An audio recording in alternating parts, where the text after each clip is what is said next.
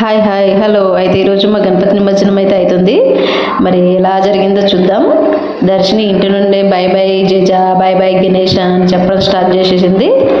బాగుంది. మా వినాయకుడు అయితే మరి ఆటోలో వెళ్ళాడు మన నిమజ్జనానికి. ఇన్ని రోజులు పూజలు చేసి వినాయకుని నిమజ్జనం చేస్తే భలే బాధగా ఉంటుంది కదా. అవును, నిజమే. దర్శినికి ఒకసారి తలపైన అలా పెట్టాడు వాళ్ళ నాన్న, ఎలా ఉంటుందో అని. చాలా బాగుంది, మంచిగా పట్టుకుంది దర్శిని అయితే. బై బై గణేష్ అని చెప్తూనే ఉంది. మంచిగా తలపైన పెట్టుకుని అలా నడుస్తూ ఉంటే చాలా బాగా అనిపించింది. దర్శినికి ఇది సెకండ్ గణపతి నిమజ్జనం.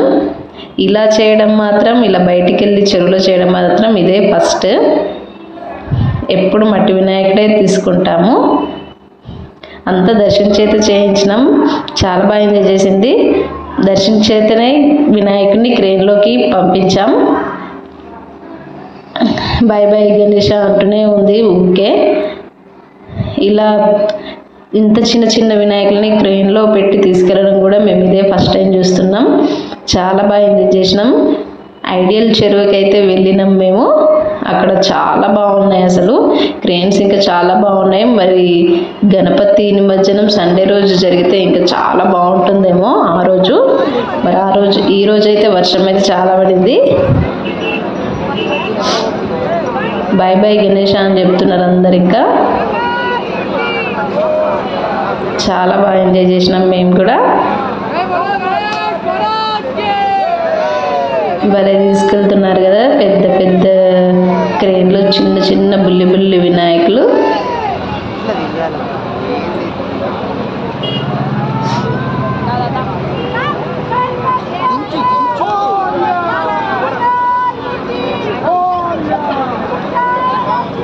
గణపతిని ఇన్ని రోజులు పూజలు చేసి అలా చెరువులో వేస్తే భలే బాధగా ఉంటుంది నిజంగానే.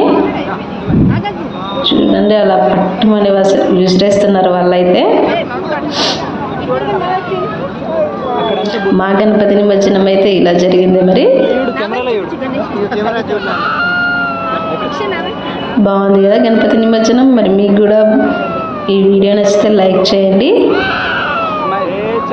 షేర్ చేయండి, కమెంట్ చేయండి. ఇంకా దర్శిని బాయ్ బాయ్ చెప్పండి.